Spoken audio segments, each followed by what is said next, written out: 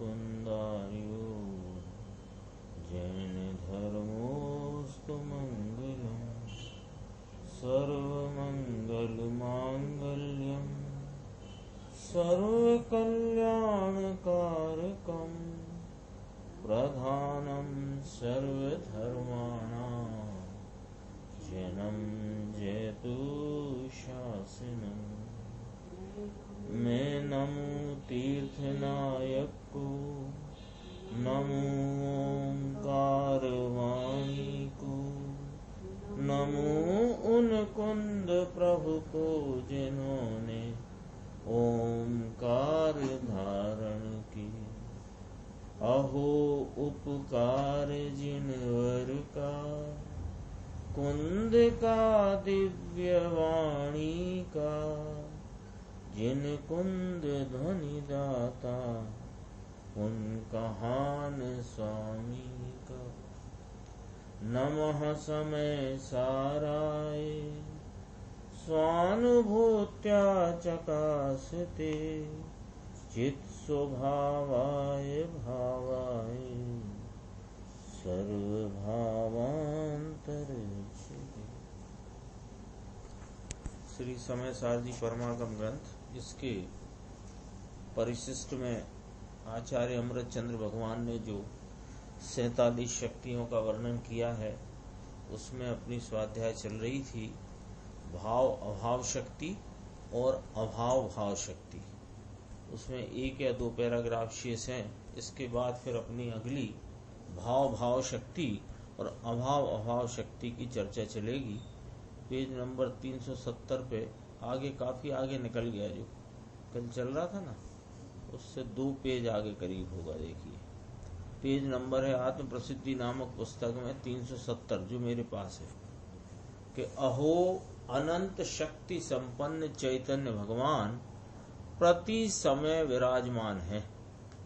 उसके सन्मुख होकर सेवन करते करते साधक को अविद्यमान ऐसे केवल ज्ञान आदि भाव प्रकट हो जाते। मिल गया? नहीं मिला? हैं? हाँ, देखो, अनंत शक्ति संपन्न चैतन्य भगवान प्रति समय विराजमान हैं।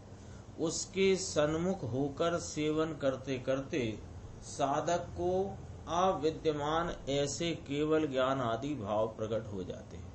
यानी वर्तमान में जो अप्रवर्त अभाव रूप भाव है, वह भाव रूप हो जाता है। अभाव भाव शक्ति है ना, पर्याय के आधार से पर्याय नहीं है।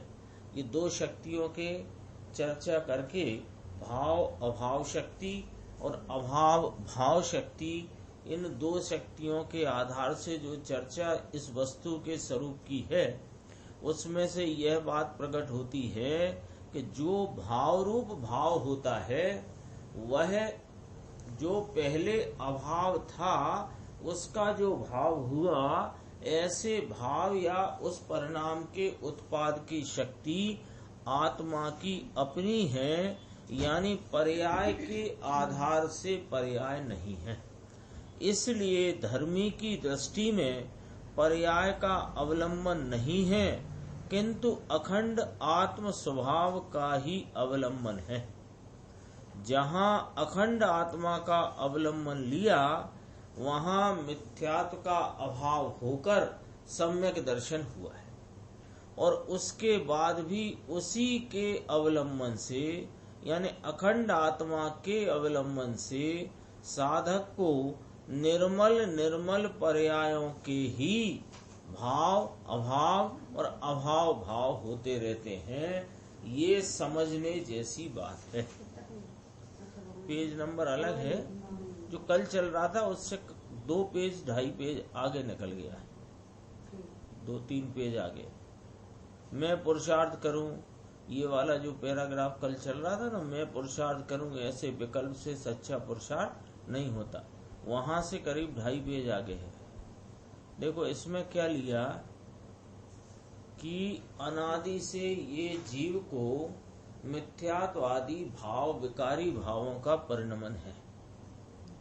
तो जब इसने इस अखंड आत्मा का कैसा अखंड आत्मा कि चैतन्य शक्ति संपन्न यह आत्मा वस्तु प्रति समय वर्तमान विद्यमान है। प्रति समय का लेना वर्तमान, वो कैसा है कि विद्यमान रूप है। उसका अवलंबन लिया, तो अवलंबन लेने से क्या हुआ कि जो मिथ्यात्व का भाव था उसका अभाव होकर के सम्यक दर्शन का भाव हुआ। तो मिथ्यात्व का अभाव और सम्यक दर्शन का भाव, और अगली ये जो सम्यक दर्शन रूपी निर्मल पर्याय हुई इसका हुआ अभाव, और अगली सम्यक दर्शन अगली निर्मल पर्याय वृद्धि रूप निर्मल पर्याय उसका हुआ भाव। तो इस प्रकार साधक को अपने अखंड चैतन्य आत्मा के अवलंबन से निर्मल पर्यायों के ही भाव अभाव और अभाव भाव होते रहते हैं। ये समझने जैसी बात है कि स्वभाव दृष्टि में साधक को विकार का भाव अभाव या अभाव भाव है, दोनों है। तो एक निर्मल पर्याय हुई उसका दूसरे समय में अभाव, और दूसरी निर्मल पर्याय का भाव, फिर से दूसरे समय उस निर्मल पर्याय का अभाव और तीसरी निर्मल पर्याय का भाव। इस प्रकार स्वभाव के आश्रय से निर्मलता का ही भाव अभाव और अभाव भाव होता है। आगे चलते हैं, थोड़ा देखो। ये श्रीमत की बात पर से गुरुदेव ने चर्चा करी है, 372 पेज है। आगे बढ़ना 2-3 पैराग्राफ। अनेकांत भी सम्यक एकांत ऐसे निज पद की प्राप्ति के अतिरिक्त अन्य हेतु से उपकारी नहीं है। अनेकांत स्वरूप है ना वस्तु का, अनेकांत स्वरूप है, और उस अनेकांत वस्तु स्वरूप का प्रतिपादन जिनवाणी में स्यादवाद के द्वारा किया जाता है। और स्यादवाद के द्वारा काय की सिद्धि होती है कि वस्तु के अनेकांत पने की सिद्धि होती है, उसके अनेकांत रूप की सिद्धि होती है। तो ऐसे अनेकांत रूप वस्तु की सिद्धि जो की गई है वो काय के लिए की गई है कि यह जो सम्यक एकांत अपना अखंड निर्मल पवित्र सामान्य स्वरूप उसकी पर्याय में प्राप्ति के हेतु से की गई, अन्य कोई हेतु नहीं है। तो जो सम्यक एकांत ऐसा निज पद उसकी प्राप्ति के अतिरिक्त अन्य हेतु से उपकारी नहीं है। ऐसे अनेकांत का क्या फायदा जिसमें सम्यक एकांत स्वरूप अपना पवित्र निर्मल आत्मा परिणति में उपलब्ध ना हो, प्राप्त ना हो। ऐसा श्रीमद् राजचंद्र जी ने कहा है। उसमें भी यह बात कहकर के भी श्रीमद् क्या कहना चाहते हैं कि दोनों पक्ष जानकर शुद्ध आत्म स्वभाव उन्मुख होने का ही रहस्य बतलाया। वस्तु अनेकांतात्मक है, नित्य नित्य है, एक अनेक है, शुद्ध शुद्ध है, इस प्रकार सब आती चर्चा। तो पर्याय अपेक्षा से अनेक है, द्रव्य अपेक्षा से एक है, पर्याय की अपेक्षा अनित्य है, द्रव्य स्वभाव अपेक्षा नित्य है। ये सब जानने का फायदा क्या? यह सब जानने क्यों जानना, प्रयोजन क्या ये जानने का कि वहां पर अपना जो शुद्ध आत्म स्वभाव उसकी सन्मुखता हो। इसके लिए ही तो ये समझना कि वर्तमान पर्याय में जो मलिनता, अशुचिता, विकार, दुख, आकुलता है, लेकिन यह एक समयवर्ती है, मेरा स्वरूप नहीं, और जो त्रिकालवर्ती है वह मेरा स्वरूप है। ऐसा समझकर उस त्रिकाली भगवान आत्मा का आश्रय करना। जो जीव शुद्ध आत्म स्वभाव की ओर नहीं ढलता उसे अनेकांत नहीं होता, वह मिथ्या दृष्टि ही रहता है। यानी सम्यक एकांत स्वरूप आत्मा की मुख्यता, उसकी स्थापना के बिना अनेकांत कोई कार्यकारी नहीं है, अपितु ऐसा अनेकांत मिथ्या एकांत रूप रहता है। ये कहना चाहते हैं। जिसमें निर्मल पर्यायों की शक्ति विद्यमान है, उसी के लक्ष्य और आलम्बन से निर्मल पर्यायों का विकास होता है। सिद्धांत रूप बात है। जो निर्मल पर्याय प्रकट हों ऐसा अपना प्रयोजन है ना।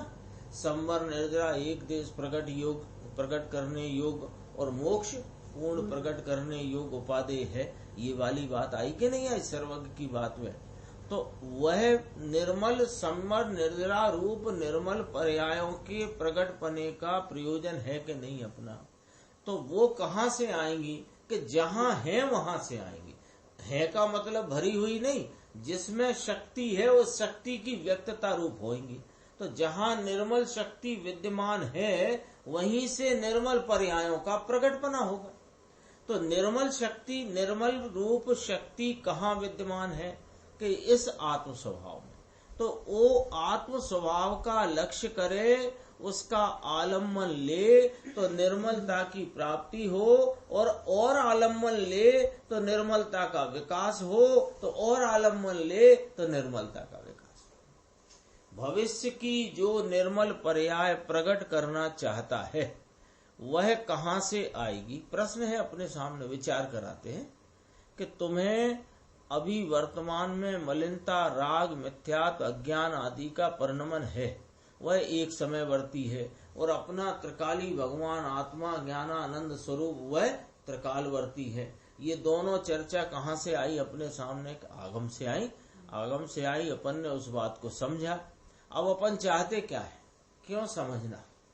कि हमको हमारी परिणति में रही अशुचिता मलिनता आकुलता का नाश होए और पवित्रता शुचिता और आनंद का उत्पाद हो। ये चाहते ना, निर्मलता का परिणमन हो। तो निर्मलता चाहते हो तो आएगी कहाँ से? ये देख लो जरा कि जहाँ शक्ति पड़ी है निर्मलता की वहां से आएगी। पर के या विकार के आश्रय से निर्मल पर्याय नहीं होगी। क्यों नहीं होगी? कि पर में से तेरा कुछ आता नहीं, न निर्मल न मलिन, ठीक है। और वर्तमान जो मलिनता है उसके आश्रय से निर्मल पर्याय कैसे आएगी? ये तो एक सहज सीधी बात है। आता ना, लहसुन खाते खाते कस्तूरी की डकार कैसे आएगी? ऐसे कहते हैं कि तीन चीजें हैं। एक अपना स्वरूप त्रिकाल विद्यमान पवित्र स्वरूप प्रति समय विद्यमान एक, और जगत में अन्य पर पदार्थ, और परिणति में होता विकार आकुलता और अशांति। ये तीन ही है ना। अभी क्या लगाओ, अपन पूरा विश्व देख लो। पूरा विश्व देखोगे तो क्या निकलेगा? कि स्वयं और पर पहला विभाजन, एक मैं और एक जगत के अन्य पदार्थ। मैं में कौन? कि मैं वह जो त्रिकाल प्रत्येक समय में विद्यमान हाजरा हुजूर पवित्र पदार्थ है, वह मैं, और वर्तती हुई एक एक समय की पर्याय जो विकार रूप मलिनता रूप अज्ञान रूप है। अब ये तीन चीजों में हिसाब लगाना है अपने को। तो तीन चीजों में हिसाब लगाने के लिए अभी अपना प्रयोजन क्या है? कि हमें यह अशुचिता अपवित्रता आकुलता से रहित पवित्र शुचि स्वरूप आनंद की परिणति चाहिए। उसका नाम है निर्मल पर्याय। तो अपने को क्या चाहिए? निर्मल पर्याय। और अपने सामने चीजें क्या है? तीन। एक तो पर है, सो पर में से तेरे कुछ आएगा नहीं, ना मलिनता ना निर्मलता। अब पर को छोड़ा, अब बचा कौन? कि तेरा एक त्रिकाली पवित्र स्वभाव और वर्तमान वर्तती आकुलता विकार का परिणाम। अब यहाँ विचार करो कि ये विकार का आश्रय लेने से निर्मलता आएगी कि निर्मलता की शक्ति जहाँ व्याप्त विद्यमान है वहां से आएगी? तो जहां से आएगी तो उसका आलम्बन लो और इसका आलम्बन छोड़ो।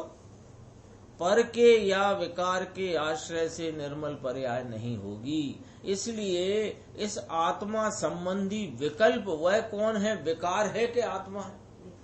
वह विकार है, उसके आश्रय से आत्मा नहीं मिलेगी, आत्मा का निर्मल परिणाम नहीं प्राप्त होगा।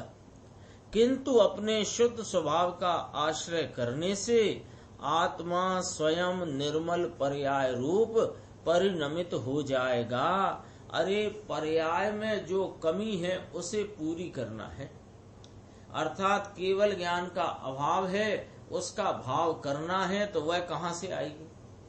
केवल ज्ञान की पर्याय पूर्ण ज्ञान की पर्याय कहाँ से आएगी? कि द्रव्य की शक्ति में पूर्णता भरी है उसके अवलंबन से पर्याय में भी पूर्णता प्रकट हो जाएगी। इस प्रकार द्रव्य की शक्ति ही पर्याय की अल्पता को दूर करने वाली है, अन्य कोई नहीं है। अन्य जगत में कोई शक्ति ही नहीं है जो तेरी परिणति में व्यक्त पूर्णता को प्राप्त उपलब्ध करे या प्रदान करे। पर्याय में व्यक्त पूर्णता, व्यक्त आनंद की पूर्णता, ज्ञान की पूर्णता कहाँ से आएगी? कि शक्ति में से व्यक्ति होती है। तो कोई ऐसे पर में ऐसी शक्ति है कि जो तेरी व्यक्ति करे। और विकार जो स्वयं मलिन है और एक समयवर्ती है, वो कहाँ से तेरी पूर्णता लाएगा? तो पूर्णता का तो आलम्बन भूत एकमात्र अपना त्रैकालिक चैतन्य स्वभाव है, जिसकी चर्चा हो गई है। सर्वदर्शित्व शक्ति स्वरूप, सर्वज्ञत्व शक्ति स्वरूप, प्रकाशत्व शक्ति स्वरूप, आगे ही ना चर्चा। तो द्रव्य की शक्ति में पूर्णता भरी है, उसके अवलंबन से पर्याय में भी पूर्णता प्रकट हो जाएगी। इस प्रकार द्रव्य की शक्ति ही पर्याय की कमी को, अल्पता को दूर करने वाली है, अन्य कोई नहीं। इसलिए साधक की दृष्टि में निज सामान्य द्रव्य का ही अवलंबन है। ज्ञान शक्ति में केवल ज्ञान प्रदान करने की शक्ति है। श्रद्धा शक्ति में छायक सम्यक्त देने की शक्ति है। आनंद शक्ति में पूर्ण अतीन्द्रिय आनंद देने की शक्ति है। इसके अतिरिक्त किन्हीं संयोगों में या कि विकार में ऐसी शक्ति नहीं है कि श्रद्धा ज्ञान आनंद प्रदान करे। स्वभाव में ही ऐसी शक्ति है। इतनी चर्चा क्यों? कि निर्णय तो करो। निर्णय करना है ना अपने को। जब तक यह निर्णय ना हो कि हमको ये वाली कटोरी में रोटी का ग्रास डाल करके खाना है, तो क्या करेगा? ये कैसे करेगा? भोजन करते समय पागल जैसा नहीं लगेगा? ऐसे ग्रास तोड़ लिया रोटी का, अब ऐसे ऐसे करता दिखाई देगा तो पागल जैसा नहीं लगेगा। जिसने निर्णय किया है कि मुझे जिसकी प्राप्ति, जिसका स्वाद लेना है, भोजन के समय की बात है, जिसका स्वाद लेना है, तो वो जहां है वहां डालेगा कि नहीं डालेगा? कि इधर उधर करेगा?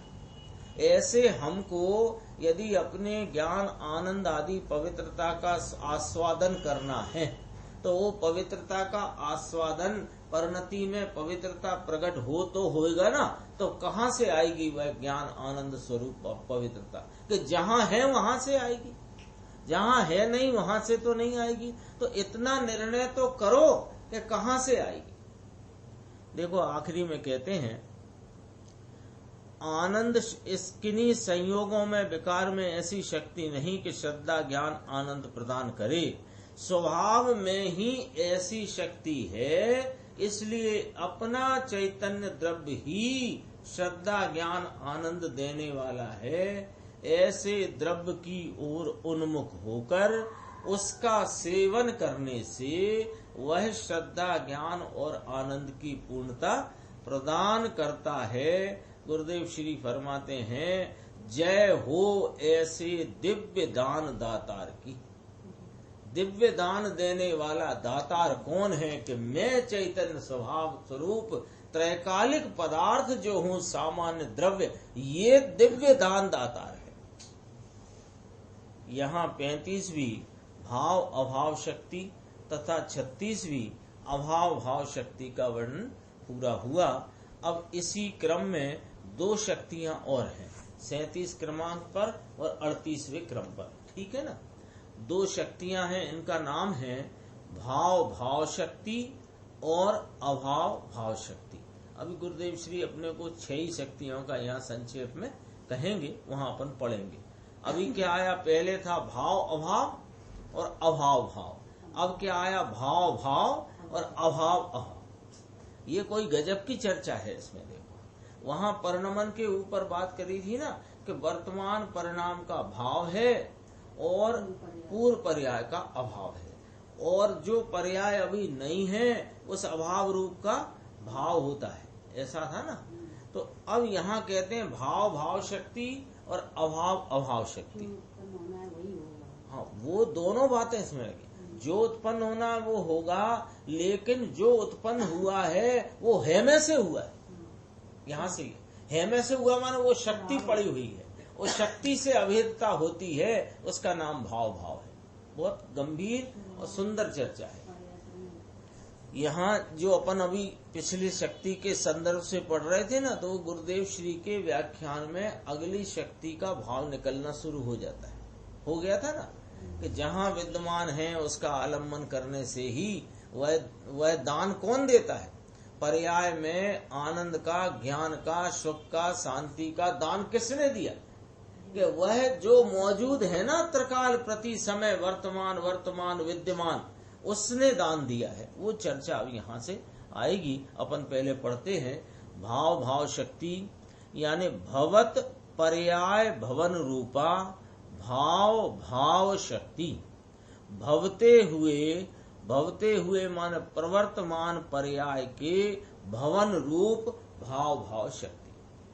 और अगली है अभवत पर्याय भवन रूपा, पर्याय अभवन रूपा अभाव अभाव शक्ति। क्या कहते हैं? नहीं भवते हुए माने भवना माने प्रवर्तमान, नहीं भवते हुए माने अप्रवर्तमान, अप्रवर्तमान पर्याय के अभवन रूप, नहीं भवन रूप अभाव अभाव शक्ति। इसका यदि सीधा हिसाब पकड़े अपन, जो यहाँ गुरुदेव श्री खुलासा करेंगे, सीधा पकड़ इसलिए पकड़ रहे कि अपन उस डायरेक्शन में गुरुदेव के साथ चले कि जो भाव है ना उसका ही भाव होता है, और जो अभाव रूप है उसका अभाव ही होता है। जैसे यह आत्मा में ज्ञान, आनंद, सुख, चारित्र, वीर, स्वच्छत्व, प्रकाशत्व आदि भाव है तो उसका भाव होता है।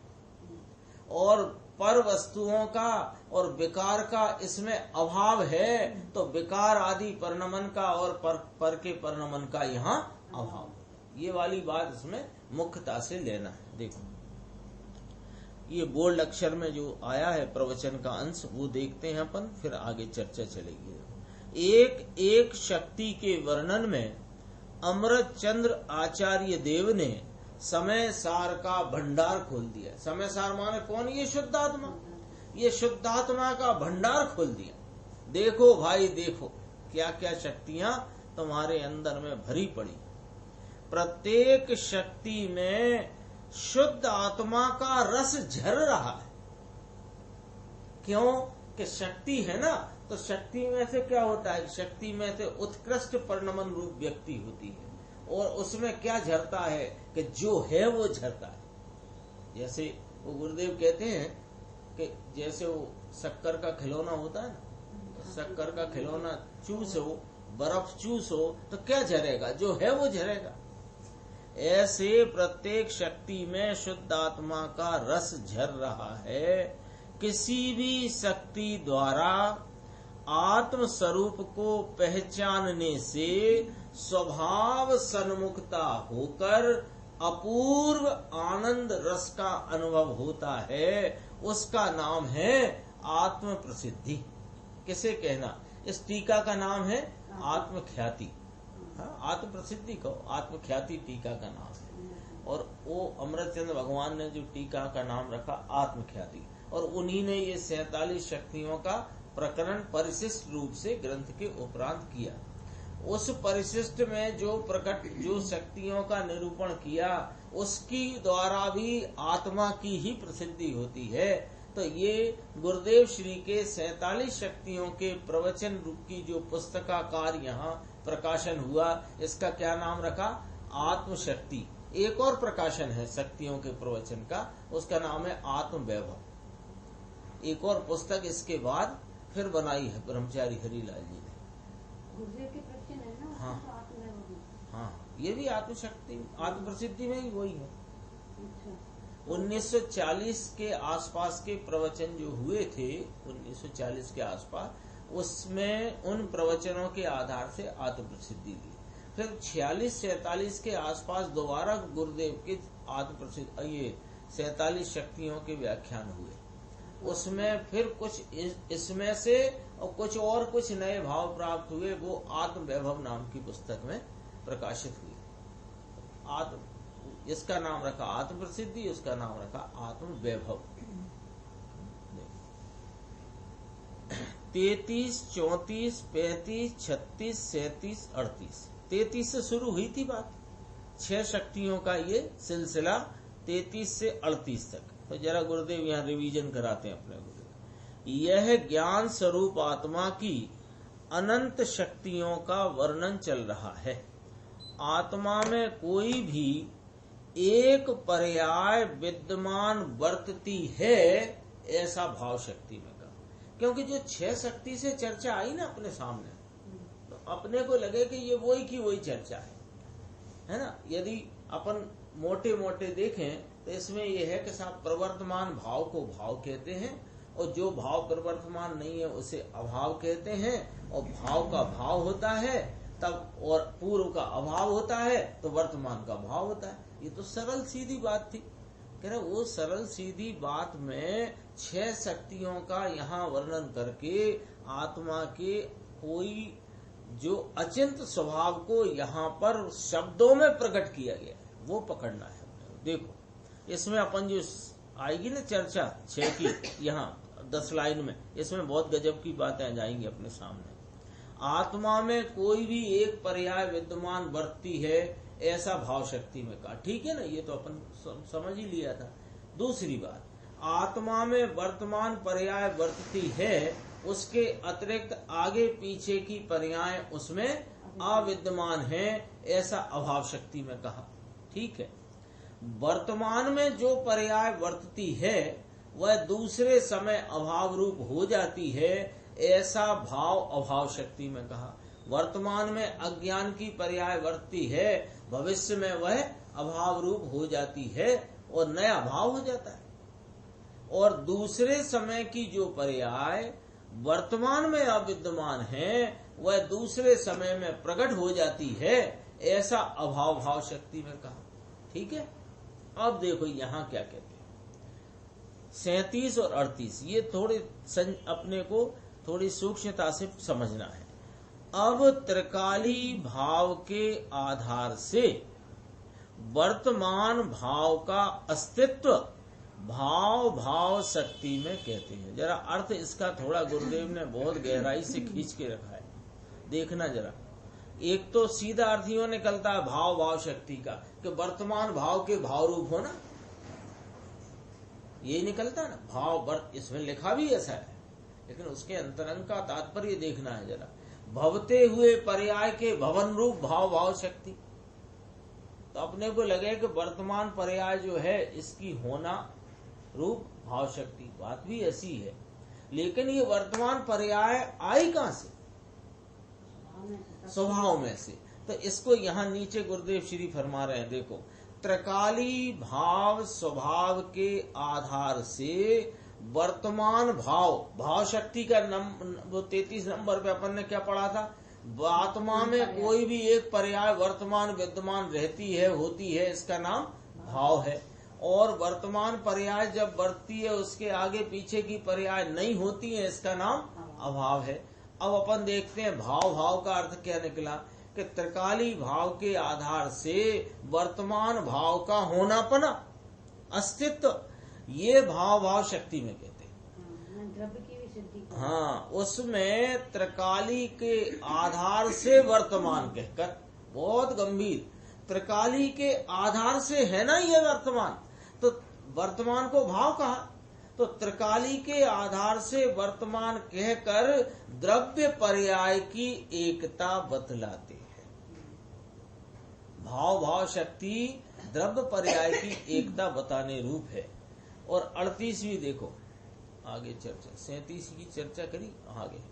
और द्रव्य पर्याय की जो एकता हुई, ये 38वीं की बात, कि उसमें पर का और विकार का अत्यंत अभाव है, ये बतलाते हैं। तो पर का क्या है? अभाव। और विकार का क्या है? अभाव। ऐसे अभाव रूप भाव का वर्तमान पर्याय में अभाव है, ऐसा कहकर अभाव अभाव शक्ति बतलाते हैं। पकड़ में आई ना बात। ये दो शक्तियों का अपन को थोड़ा ये पकड़ के चलना है कि अपन को किस डायरेक्शन में ये सारे व्याख्यान का अर्थ अपने को समझना है। देखो दोबारा से, और द्रव्य का भी अभाव है और विकार का भी अभाव। हाँ, पर द्रव्य और विकार। अभी अपन 3 बातें कर रहे थे ना, जब गुरुदेव श्री का पिछली शक्तियों का प्रवचन अपन जब पढ़ रहे थे, 3 बातें करी थी, स्वयं और पर। स्वयं में अपना त्रैकालिक स्वभाव और वर्तता हुआ विकार और पर। तो अब ये 3 को फिर 2 कर दो, तो पर वस्तु है और विकार, वो पर, और एक त्रैकालिक भगवान आत्मा उससे, ठीक है ना। तो ये जो त्रैकालिक भगवान आत्मा के आधार से जो वर्तमान पर्याय है वो निर्मल है। वो निर्मल पर्याय है ना। भाव शक्ति के परिणमन में क्या लेना है? निर्मल। तो अपना त्रैकालिक भाव, उसके आधार से वर्तमान भाव का होना। तो वर्तमान भाव की अस्थि काय में से सिद्ध हुई? त्रिकाली भाव के आधार से। तो वर्तमान भाव की अस्थि की सिद्धि त्रिकाली स्वभाव के आधार है, ऐसा कहकर के भाव शक्ति कही। और जो पर और विकार है उसका इस आत्मा में त्रिकाल अभाव है। तो जिसका त्रिकाल अभाव है उसका वर्तमान में भी अभाव, ऐसी अभाव और अभाव शक्ति की। और सुनो अभी देखो, ज्ञान स्वरूप आत्मा में भवति पर्याय के भवन रूप भाव शक्ति ऐसा कहा, तथा न भवति पर्याय के अभवन रूप अभाव शक्ति ऐसा कहा है ना। श्री अमृत चंद्र आचार्य देव ने एक एक शक्ति के वर्णन में समय सार का भंडार भर दिया है। प्रत्येक शक्ति में शुद्ध आत्मा का रस झर रहा है, जो अभी अपन ने पढ़ा था उसी को यहाँ आया। किसी भी शक्ति द्वारा यदि आत्मा के स्वरूप को पहचानने जाए तो अनंत गुण के पिंड ऐसे भगवान आत्मा की सन्मुखता होकर अपूर्व आनंद रस का अनुभव होता है। देखो अब ये जो जरा पैराग्राफ गंभीर है, इसमें बहुत माल भरा है, अपन आराम से इसको देखते हैं। मेरा स्वभाव अनंत गुणों का भंडार है, अनंत गुणों का पुंज पिंड है, ऐसा जहाँ ज्ञान भान हुआ वहाँ त्रिकाली शुद्ध भाव के आश्रय से उस पर्याय में स्वयं संवेदन भाव वर्तता है। उसका नाम भाव है। क्या लेना है? कैसे यूं इस प्रकार चर्चा उठी है कि शक्तियों का वर्णन है ना, तो इसमें कौन सा परिणमन लेना है? निर्मल लेना है। तो निर्मल परिणमन कब होता है कि यह जो त्रैकालिक अपना आत्मा अनंत शक्ति अनंत सामर्थ्य स्वरूप वस्तु है, इसका जो भान करके ज्ञान करके इसके आलम्बन में जो परिणमन होता है वहाँ स्वयं संवेदन भाव बढ़ता है। तो यहाँ जब त्रिकाली शुद्ध भाव के आश्रय से उस पर्याय में वर्तती वर्तमान अवस्था में स्वयं संवेदन भाव वर्तता है, तो इसका नाम भाव है। शुद्ध भाव के आश्रय से परिणमित अपना शुद्ध भाव कौन लेना? त्रिकाली।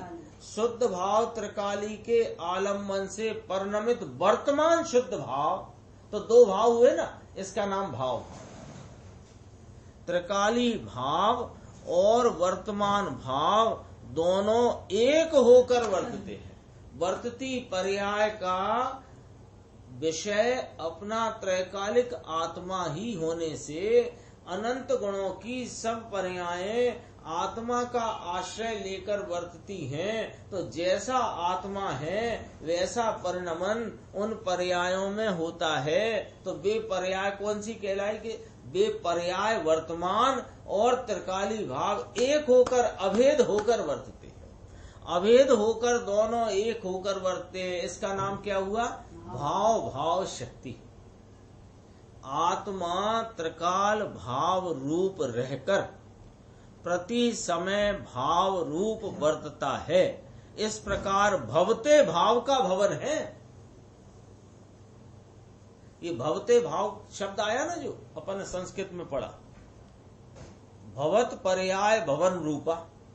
तो पर्याय रूप जो परिणमन है वर्तमान, वो वर्तमान परिणमन वो किसका परिणमन है कि त्रिकाली भगवान आत्मा त्रिकाल भाव रूप रहे भाव का, वो भी तत्व है कि नहीं त्रिकाली। तो त्रिकाली भाव रूप प्रति समय भाव रूप माने अवस्था में वर्तता है। त्रिकाली द्रव्य अनादि अनंत द्रव्य प्रति समय पर्याय में वर्तता है। तो पर्याय में वर्तता है तो कैसा वर्तता है कि जैसा द्रव्य है वैसा वर्तता है। तो भवते भाव का भवन है कि नहीं, भवता भाव कौन लेना यहाँ, त्रिकाली द्रव्य वो भवता भाव है और उसका ही भाव शुद्ध प्रकट हुआ है, वो भवन भाव है। तो भवते भाव के भवन रूपा भाव भाव शक्ति है कि नहीं, बोलो। अद्भुत चर्चा इसकी है, लगती है अपने को कि इसमें कोई गजब की बात कही। ये सिद्ध कर रहे हैं ना कि पर्याय में द्रव्य ही वर्तता है, हाँ, और प्रति समय वर्तता है, और वो द्रव्य पर्यायों में वर्तता हुआ उसका कुछ बिगड़ता नहीं। भवत ये इसका अर्थ करते हैं गुरुदेव श्री, भवत पर्याय भवन रूपा, इसका अर्थ चल रहा है। भवत पर्याय भवन रूपा, भाव कौन कि वर्तमान पर्याय वो भाव, उसमें कौन भवित हुआ कि वह त्रिकाली द्रव्य जो प्रति समय वर्तमान पर्याय में वर्तता है वो भवत पर्याय रूप, वह कहाँ है कि वर्तमान पर्याय में भवन रूप है। तो ऐसी ये भाव भाव शक्ति की चर्चा है, बहुत गजब की है, हमें तो अच्छी लगी कि कोई चर्चा इसमें इस प्रकार से आई है इस भाव भाव शक्ति में कि ये आत्मा के त्रैकालिक भाव के भवन रूपा भाव भाव शक्ति बताती है। इस प्रकार भवते भाव का भवन है और आत्मा कभी पर रूप नहीं होता। ये कैसे मालूम पड़ा, अभाव अभाव शक्ति कहते हैं। आत्मा में पर का अभाव है, देखो जैसा लिखा वैसा पढ़ना, आ डैश भाव है ना। तो आ को ऐसा अलग करके क्यों कहा, भाव है पर उसका निषेध, अभाव है और वह सदैव अभाव रूप ही रहता है, ऐसी अभाव अभाव शक्ति। इस प्रकार यह शक्तियां आत्मा का स्वयं में एकत्व और पर से विभक्तपना बतलाती है। भाव भाव शक्ति और अभाव अभाव शक्ति से क्या ज्ञात होता है कि स्वयं से एकत्व और पर से विभक्तपना बतलाती है। भाव भाव अर्थात गुण का भाव और पर्याय का भाव, ऐसे दोनों भाव सहित आत्मा वर्तता है। गुण का भाव त्रिकाली रहे हुए गुण ही वर्तमान वर्तते भाव में परिणमित हैं। ऐसे त्रिकाली गुण का स्वरूप रूप जो भाव है, तो ऐसे गुण पर्यायों में कौन पसरता है, कौन व्याप्त है, कौन परिणमित हुआ है कि आत्मा। तो इसको वह किसकी शक्ति कहलाएगी, आत्मा की। कैसी, भाव भाव शक्ति। दोबारा देखो, भाव भाव अर्थात गुण का भाव और पर्याय का भाव। गुण का भाव, द्रव्य का भाव, इसको थोड़ा ऐसे कहा कि तीन बातें रख दी है सामने एक लाइन में, गुण का भाव और पर्याय का भाव, ऐसे दोनों भाव सहित आत्मा वर्तता है। ये द्रव्य, क्योंकि द्रव्य कैसा है, गुणात्मक, और गुणों का क्या है, व्यक्तता, परिणमन। तो परिणमन में व्यक्तता है, तो व्यक्तता का भाव और वह त्रिकाल रही हुई शक्ति का भाव, वो भाव में कौन वर्त रहा है, आत्मा, द्रव्य। और अभाव अभाव अर्थात अपने से भिन्न ऐसे पर द्रव्य गुण पर्याय सदैव अपने में अभाव रूप से ही वर्तते। ऐसी दोनों शक्तियां आत्मा में हैं।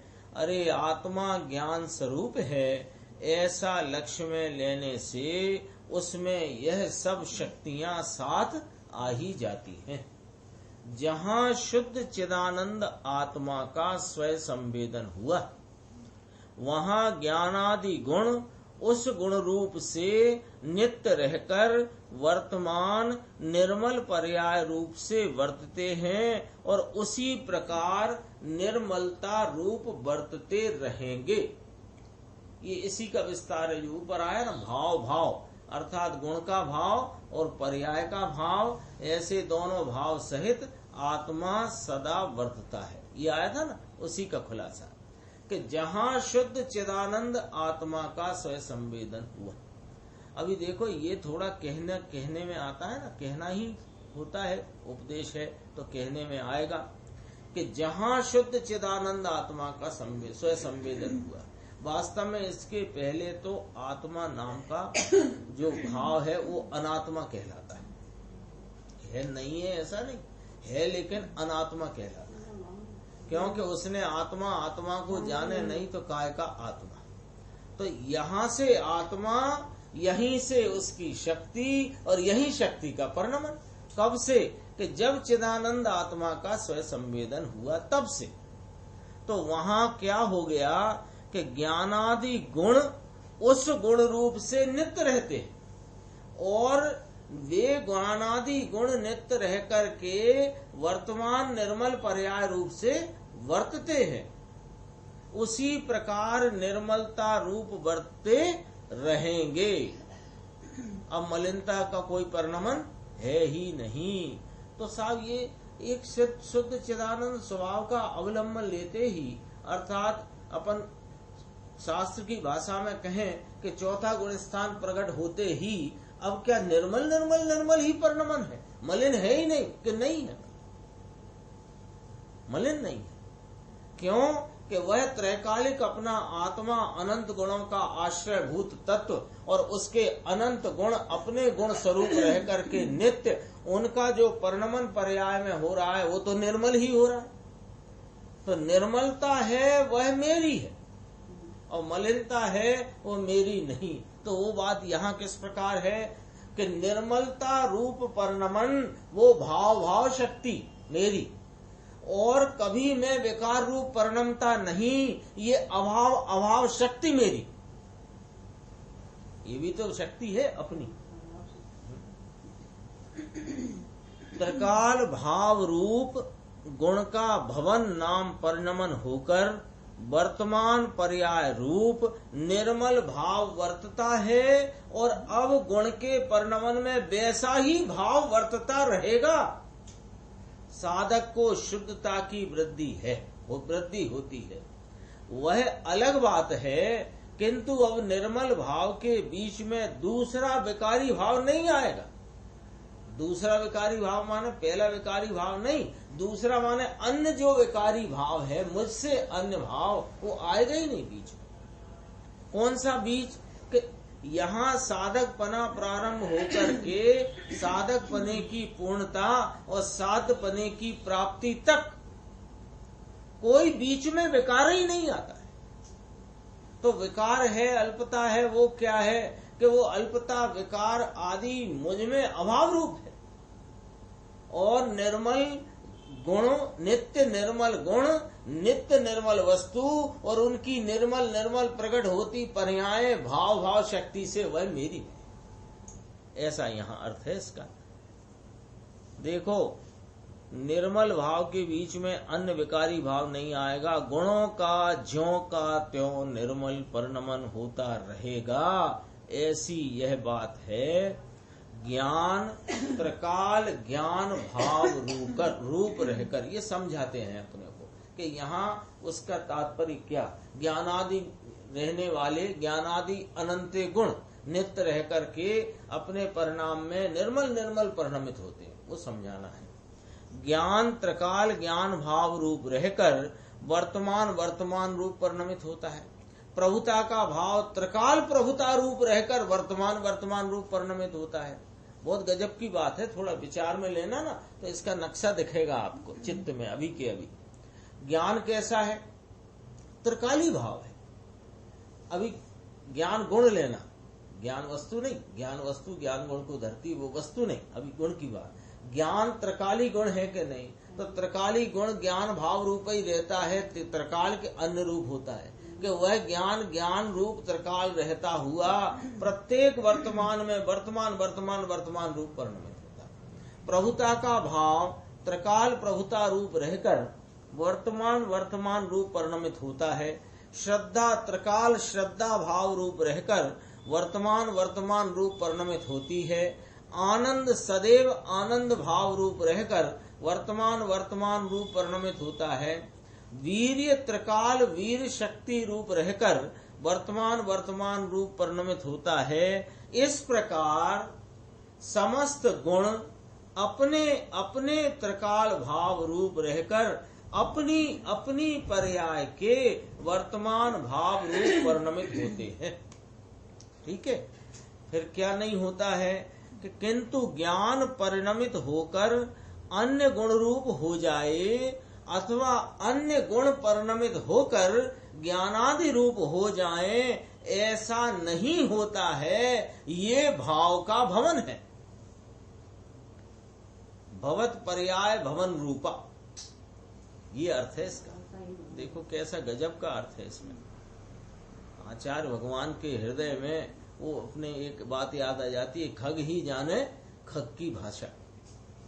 ज्ञानी जन ही ज्ञानी जनों के अंतरंग हृदय के अभिप्राय को पकड़ लेते हैं। और व्याकरण शब्द का पंडित क्या करेगा कि वो व्याकरण पकड़ेगा, वो नहीं पकड़ पाएगा। इसलिए कहते हैं ना गुरुदेव, ये जिनेंद्र परमात्मा के द्वारा कहे गए आगम और शास्त्र के अभ्यास में पंडिताई की नहीं, आत्मार्थी पने की जरूरत है। आत्मार्थी बनकर, एक तो आया था गुरुदेव का अभी 4-5-6 दिन पहले सामने आया था, गुरुदेव का एक बोल था, पंडित मटो आत्मार्थी बनो। पंडिताई यदि आ गई हो थोड़ी बहुत कहीं गलती से तो मटो, मटो माने मिट जाओ, पंडिताई मिटा दो, आत्मार्थी बन जाओ। देखो क्या कहते हैं, भाव का भवन है। कैसा भाव का भवन समझाया? ज्ञान ज्ञान रूप नित्य रहकर ज्ञान रूप वर्तमान वर्तमान परिणमित होता है। ऐसे श्रद्धा आनंद सुख चारित्र वीर सब लगा दो, तो जो गुण जिस रूप है वह अन्य गुण रूप नहीं परिणमित होता, ऐसा भाव का भवन है।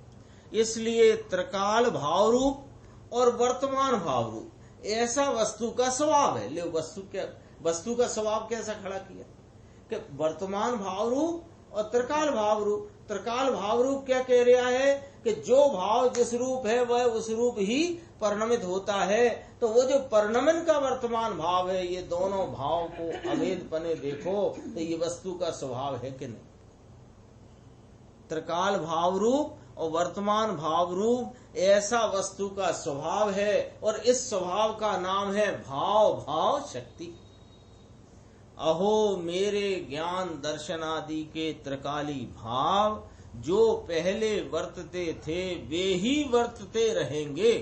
शक्ति रूप भाव है, उसमें से व्यक्ति प्रकट होगी। ज्ञान दर्शन के भाव त्रिकाल ज्ञान दर्शन रूप स्थिर रहकर, स्थिर का अर्थ क्या है कि अन्य रूप ना होते हुए ज्ञान दर्शन है ना, तो ज्ञान दर्शन के भाव स्थिर। स्थिर का अर्थ है कि वे ज्ञान दर्शन का भाव तीनों काल ज्ञान दर्शन रूप ही रहता है, बदल नहीं जाता है। ऐसे स्थिर रहकर अपनी अपनी पर्याय में, यानी अपने अपने उन भावों की व्यक्तताओं में परिणमित होंगे। ऐसे स्वभाव की जिसने प्रतीति की। बहुत अद्भुत अद्भुत बातें हैं। बंद करना है कैसे? खास किया। बहुत अद्भुत अद्भुत बातें हैं। एक तरफ जब दृष्टि का विषय 11वीं गाथा में शुद्ध नय का बताते हो, है ना, तो वो वहां पर सारा ही व्यवहार अब उतारते हैं। तो सब पर्यायों के भेद और 4 प्रकार का व्यवहार निकाला वहां। ज्ञानते आत्मा ऐसा जो गुण भेद भी बाहर करके एक तरफ ये वाली बात करना, फिर उस वस्तुओं के गुणात्मक भावों की बात करना और उन गुणात्मक भावों के परिणमन की बात करना। ये सारा मामला समझना पड़ेगा, है ना। एक तरफ दौड़ लगाने से वो बात वस्तु हाथ आएगी नहीं। ये देखो यहाँ भाव भाव शक्ति की क्या चर्चा आई कि ये जो मेरे भाव पहले वर्तते थे वे ही वर्तते रहेंगे, ऐसा जो शक्ति रूप भाव है उसमें से व्यक्ति प्रकट होती है। ज्ञान दर्शन के भाव त्रिकाल ज्ञान दर्शन रूप रहकर नित्य रहकर अपनी अपनी पर्याय में परिणमित होंगे। ऐसे स्वभाव की जिसने प्रतीति करी उसे अब ज्ञान दर्शन में निर्मल परिणमन ही होता रहेगा। बीच में अज्ञान भाव आ जाए और भटकना पड़े, ऐसा नहीं होगा। वर्तमान में जो जानता है वह भविष्य में भी ज्ञाता रूप ही रहेगा। वर्तमान में श्रद्धा करता है वह भविष्य में भी श्रद्धा करेगा, क्योंकि ज्ञानादि का जो वर्तमान है वह त्रिकाल का वर्तमान है। यहाँ वर्तमान परिणमन को अपनी त्रिकाल वस्तु से अभेद करके दिखाते हुए भाव शक्ति बताई है। त्रिकाली भाव के आश्रय से जो परिणमन हुआ वह त्रिकाली भाव की जाति का शुद्ध ही होता है, और पर का आत्मा में अत्यंत अभाव है, वह सदैव अभाव रूप ही रहता है। रागादि का भी त्रिकाली स्वभाव में अभाव है। अब अपने सामने दो भाव चल रहे हैं यहाँ, कौन सी शक्ति है? 37, 38।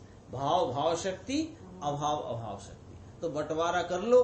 भाव शक्ति का क्या अर्थ है?